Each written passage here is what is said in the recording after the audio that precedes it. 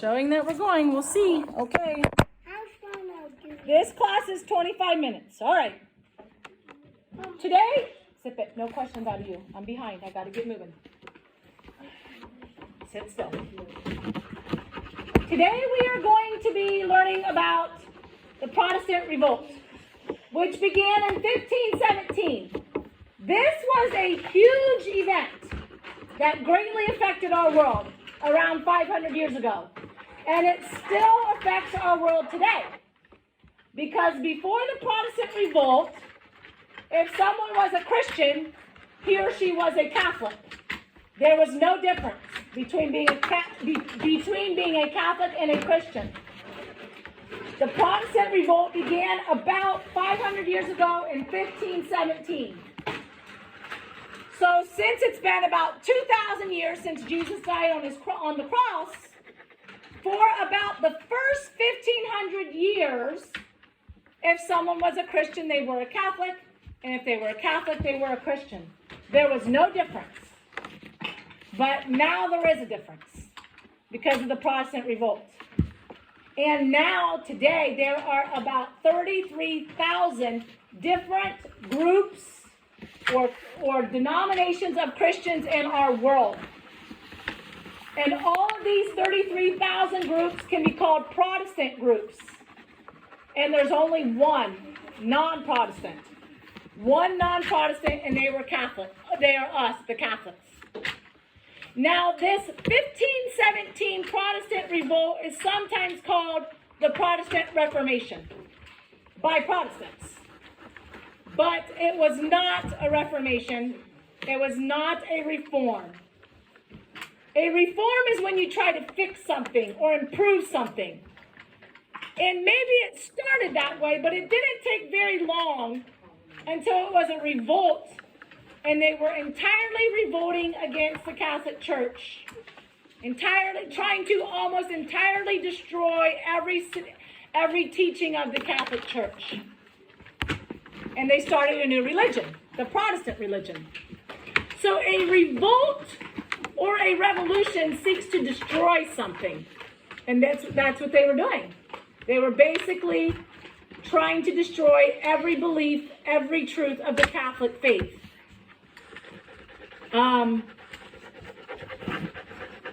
The Protestant revolt then would place this with something different, the Protestant faith. Which, how many groups of Protestants did I say there are today? 33,000. 33,000. That's just an estimate. Okay. So Christendom was split. So when we talked about the Middle Ages, and we said the Middle Ages lasted about 1,000 years, in the High Middle Ages, Europe loved their faith, and society revolved around the faith. That faith was Catholicism. But then, or Christendom, you could call it either one. Sometimes they called it Christendom. But then it split, and you were either Catholic or Protestant. If you were a Christian, you were no longer just automatically a Catholic. Okay. Now, there are many factors that led to this Protestant revolt, which took place about how long ago? 5,000 years. Nope. 500 years. 500. Many factors. Okay.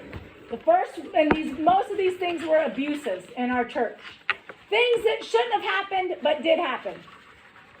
First one was nepotism. Nepotism is when you would appoint family members as a bishop, even though they really shouldn't be a bishop. Maybe they're not holy. Maybe they're not really even into their faith. Maybe they're way too young. They shouldn't be a bishop if you're way too young. You're not holy. You're not into your faith. But people would do this to keep the power in their family. That's nepotism. Appoint family members as a bishop, even if they shouldn't be the bishop. The next abuse or problem would have been pluralism. So if you think of like language class and you've got singular and plural nouns, a plural noun means more than one. So that's how you can remember what pluralism is. It's more than one diocese. A bishop would hold more than one diocese. And why do you think a bishop, well, I'm not going to say why. A reason a bishop would hold more than one diocese was they would own more land. If a bishop was in charge of more than one diocese, that meant he owned more land, and he made more money because in the Middle Ages, land equals money. And technically, yet today, to a certain degree, that's still technically true today to a certain degree. Do they actually own the land? Well, they got the taxes from it. And the church, and when you read history books, they will say the church owned more land than any king or any emperor. So the bishop, the church in general owned the land, but the bishop would kind of be the leader of that land. And the bishop, I don't know what percentage of the taxes the bishop got. Maybe he got it all. Maybe some of it went to Rome. I never came across that information. Okay. So when they paid taxes on the land, all the land that the church owned, when they paid taxes on it, that went to the church. And then if the bishop owned all of these different dioceses, he would at least get some of that money. I don't know how much. All of it, 80%. I've never came across that. So I don't know. Okay. So by the end of the Middle Ages, the church, so anytime I say the church, I mean the Catholic Church, our church. So I'm going to say that a lot. The church, the church, the church. That just means the Catholic Church, our church. The church owned more land in Europe than any other king or emperor. All right, abuse number 3, absenteeism. So think of if you're absent at school. If you're absent, you're not there. So this is when the bishop did not live in his diocese. Maybe he lived far, far away. And if you are a bishop and you are in charge of a lot of different parishes that are ran by the priest, each church is ran by the priest, but you are the bishop and you are in charge of all of that. And if you live 100 miles away, are you really going to be able to do that good a job overseeing all those parishes? Probably not. Now, maybe today, with invention of, different technology, you might be a little bit more successful, but I don't remember where I read this. Hopefully I come across this again, but because I just read it recently, so hopefully I'll tie it into a teaching here soon. But after we began trying to reform things, then the bishops, I think, were required to visit each parish once a year, which makes sense. Go to each parish, check on that priest, be a part of it. Don't be absent. Don't be living away and you're not even overseeing it or doing your job at all. Okay. Number 4, simony. So simony is the buying or selling of becoming a bishop. So you would pay money to become a bishop. You'd pay money probably, I guess, to the Pope. That's the one example I have of paying money to the Pope to be made a bishop. It is possible that even one person paid money to be made the Pope. So I don't know who he paid that to. Maybe other cardinals to elect him. I'm not sure. But you should never pay money to be a bishop or a pope. That's not right. That you can buy that. The Pope has to appoint the bishops, and hopefully the Pope appoints holy bishops. But he shouldn't make money by appointing bishops. All right. Now the next abuse is lack of celibacy. So if you become a priest or a bishop, you take a vow of celibacy. This means you will be single, you will not get married, or you won't live with a woman as if you are married, even though you aren't married, and share a marriage bed with them. So that's a sin too. You can't live with a woman if you're not and share a marriage bed with her unless you're married to them, or else you're committing a mortal sin. You could go to hell. So when you take that vow of celibacy, you promise God, I will not live with a woman. I will not be married to a woman. I will not share a marriage bed with a woman. That's a vow you take because you're married to God. We just did that in Bible today, right? You're married to God. If you're a priest or a nun, you're married to God. Okay, so we had priests and bishops and even a couple popes doing this. That was very sinful. Jesus does not. So that would be an example when I said, does our Catholic Church look bad? Well, those sinners in the church look bad. The church as a whole tried to do something to control it, but didn't do that great a job. So yeah, that could be an area where the church doesn't look so good. You know, somebody could look at that and say, well, that's kind of bad. That was going on in your Catholic Church. That's not really good. That doesn't look good. All right, and then number 6 and number 7 problems that were abuses. We had, these were not really abuses, these were more problems. We had the 70-year Avignon Papacy and the 40-year Great Western Schism. So in the 70-year Avignon Papacy, the popes lived in France for 70 years. 7 or 70? 70. Okay. The popes lived in France for 70 years, and the kings of France tried to rule the popes, to control the popes, to tell the popes what to do. And the pope is supposed to live in Rome. That's where he's supposed to live.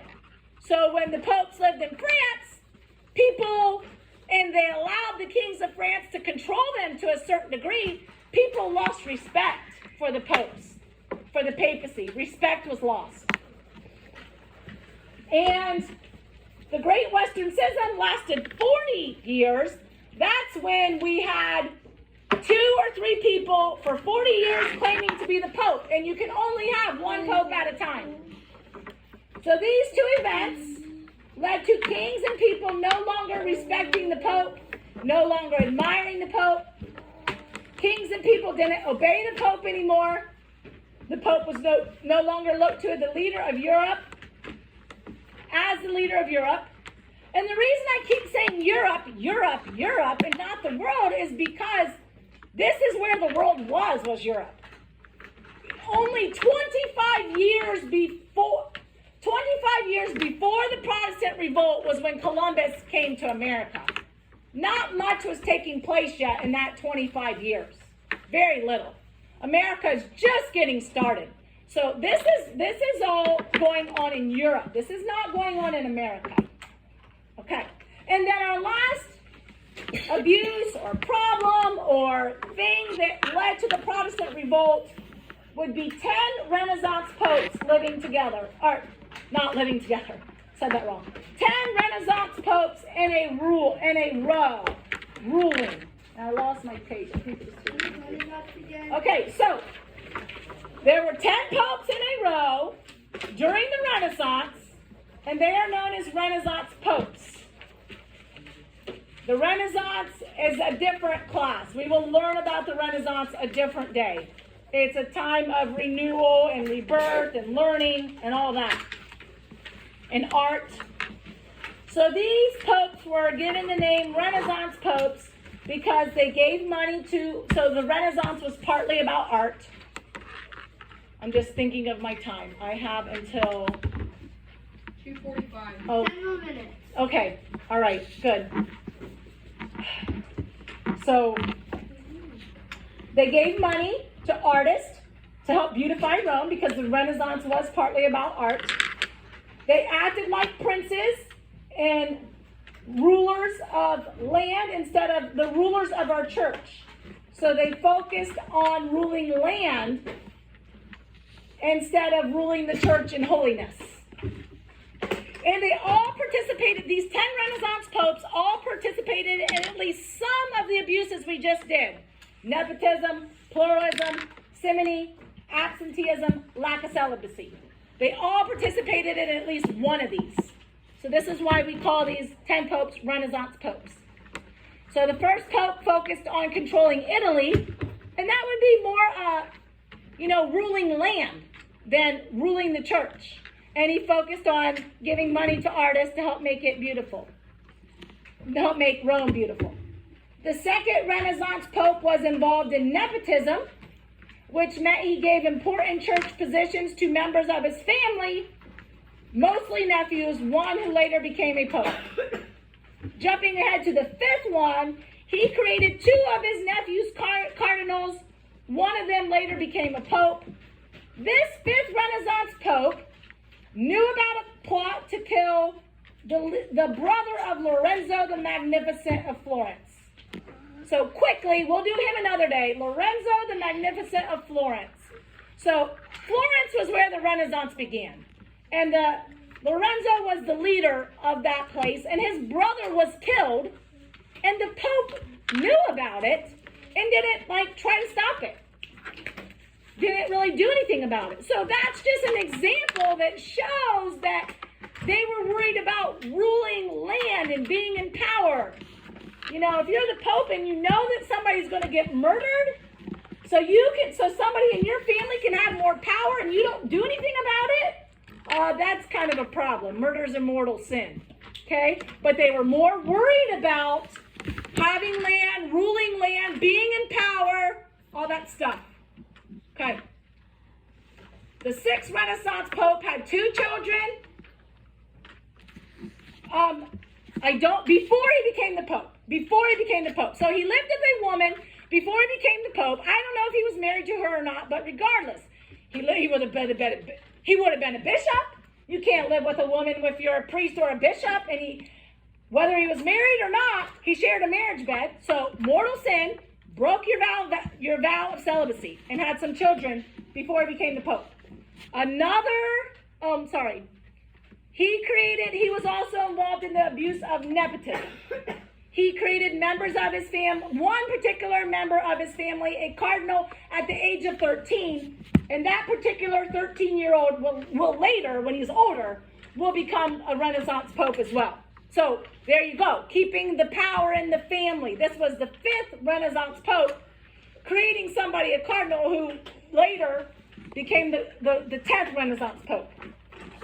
All right, the 7th Renaissance Pope, and you don't need to know all of these exactly. It's just giving you some examples of these abuses.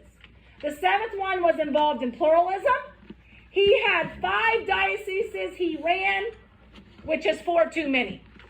But it still was not the most ever ran by a bishop. The most ever ran was 23 dioceses. One bishop in charge of 23, taking in all that money from the land, from the taxing. How much went to him versus how much went to the Pope, I'm not sure. He also had, as a cardinal, he had 9 children with a woman he was either probably not married to, I'm guessing. But still, mortal sin of sharing a marriage bed with a woman he's not married to. This is the 7th. As a cardinal, not when he was the Pope, as a cardinal. 9 children. All right, I got to flip to my next page. 325. Page 325. All right. Flip to page. I am on 3. Okay, this page. All right, so our 9th Renaissance Pope. Our 9th. This guy, I give you his name because he's kind of important. He did a lot of things. His name is Julius II. He was guilty of holding 8 dioceses. He is the warrior pope. He's called the warrior pope because he focused on not losing the papal states. So the papal states was land around Vatican City that the popes owned and ruled for about 1,000 years. And they were losing some of this due to wars, and he became the warrior pope and went out into battle himself and tried to win these papal states back so we wouldn't lose that. He even asked the people in Switzerland, I don't know if Switzerland was a country yet, probably not, 99% not. He asked the Swiss to send him 200 soldiers to be his personal bodyguard, and that's when the Swiss guards began to guard the Pope about 500 years ago under Julius II, and they still guard the Pope today. Okay, they guard part of Vatican City today.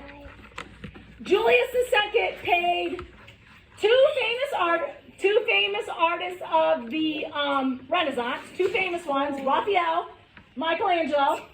Raphael painted the walls of the Pope's palace in the Vatican. Michelangelo took 4 years to paint the Sistine Chapel ceiling. And Julius II hired them and paid them money to do this. Okay, so he was the warrior pope. He paid these famous artists.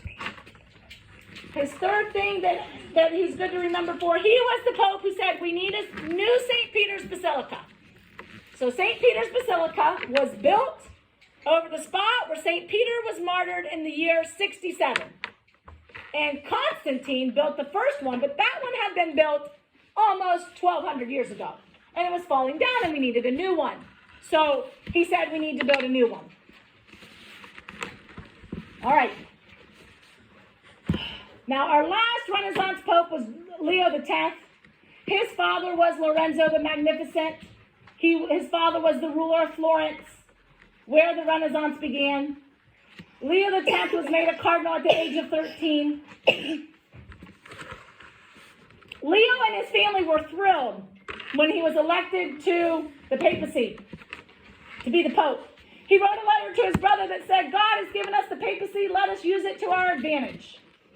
So this is another example that shows that the papacy, when I say papacy, it just means like the office of the pope, was about power and money.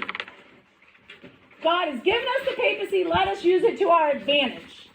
Pope, and I compared this to Benedict XVI, which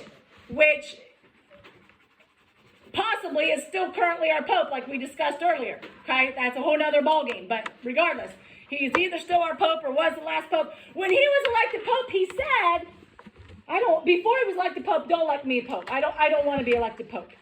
Now, when he was elected pope, he accepted it as God's will, he embraced it, and he did the best he could. But most holy men just don't want that responsibility. It's a big responsibility to be the pope. And so they would kind of rather somebody else have that big, huge responsibility. But not Leo X. God has given us the papacy, let us use it to our advantage. Now, Leo X did call, no, that's what I forgot. I knew there was 4 things about Julius. Julius called the 5th Lateran Council. But because he was focused on being the warrior pope, he didn't really do anything with it. He didn't get it up and running and get it going. And so it was Leo X who got it up and going and running. And it lasted 5 years. Different councils last different lengths of time. And Leo X, our last Renaissance pope, he ran this. Now this was called, I'm really running short on time. Can you hold your question? Write it down. Sometimes I tell you to jot your question down if I can't stop to answer it. Jot it down. So the last Renaissance pope, Leo X, ran the 5th Lateran Council, which we mentioned we have 21 ecumenical councils. This was the 18th. And it was called, the reason Julius II called it was to try to deal with all the problems, all the abuses. But he didn't get it going because he was being a warrior pope. Leo X did. They came up with great ideas of things to do, but they did not have time because the Protestant revolt began 7 months later. So even though they came up with ideas of how to fix all the problems, all the abuses, all the lack of respect that's going on in our church, 7 months is not enough time to try to fix these problems. And then Martin Luther began his Protestant revolt. And I was trying to join Luther with that lesson. And as you can see, that was a lesson in and of itself. So we will start with Luther the next class, and we'll go into detail on him. So let's do questions here. Not Michael's question, like review question, what did you learn? That kind of question. Michael, do your question real quick. So, how could there be 4 rivers in the Garden of Eden? Okay, that's the other class. You can't even, sorry. I mean, maybe you wanted an answer to the other class, but you can't bring that up during this class. I'll answer it sometime, I promise, but just not now. All right, so what are some causes that led to the Protestant revolt? These might be hard to remember because these are words you've never heard in your life. So maybe it'd be easier if I say it. Nepotism, pluralism, absenteeism, simony, lack of celibacy, Avignon papacy, Great Western Schism, 10 Renaissance popes. That's a lot of things that led to the Protestant revolt. Now, were the Renaissance popes more interested in being strong leaders spiritually, or more interested in wealth and power and owning and ruling land like a king? Which one? Money. Money, power, ruling the land, right? That thing? Okay. Do we remember who called the 5th Lateran Council? Who called it? Julius II. Good. And he was our 9th Renaissance Pope. Who ran it and led it? Go ahead. These aren't, raise your hand. Leo X. Who was the 10th Renaissance Pope. So Leo X was the 10th Renaissance Pope. Now, did the Lateran Council solve all the problems in our church? No. Why not? because there wasn't enough time. Martin Luther, when we get to him, he's going to begin the Protestant revolt only 7 months later. And there was not enough time to try to fix all these problems. All right, so Julius II, this is all I got here. Julius II, he's got 4 things that give it, the reason I give you his name. I didn't give you the first 8 Renaissance popes' name, but Julius II was the warrior pope, trying not to lose the Papal States. He called the 5th Lateran Council. He paid Raphael and Michelangelo, which were 2 famous artists of the Renaissance, to beautify the Vatican. And what was the 4th thing he did? Now I'm forgetting the other one. Oh, he said we need a new St. Peter's Basilica. And we will start with that next class. Okay? All right, put everything away. We are done. Did I push? Yep, push the red button.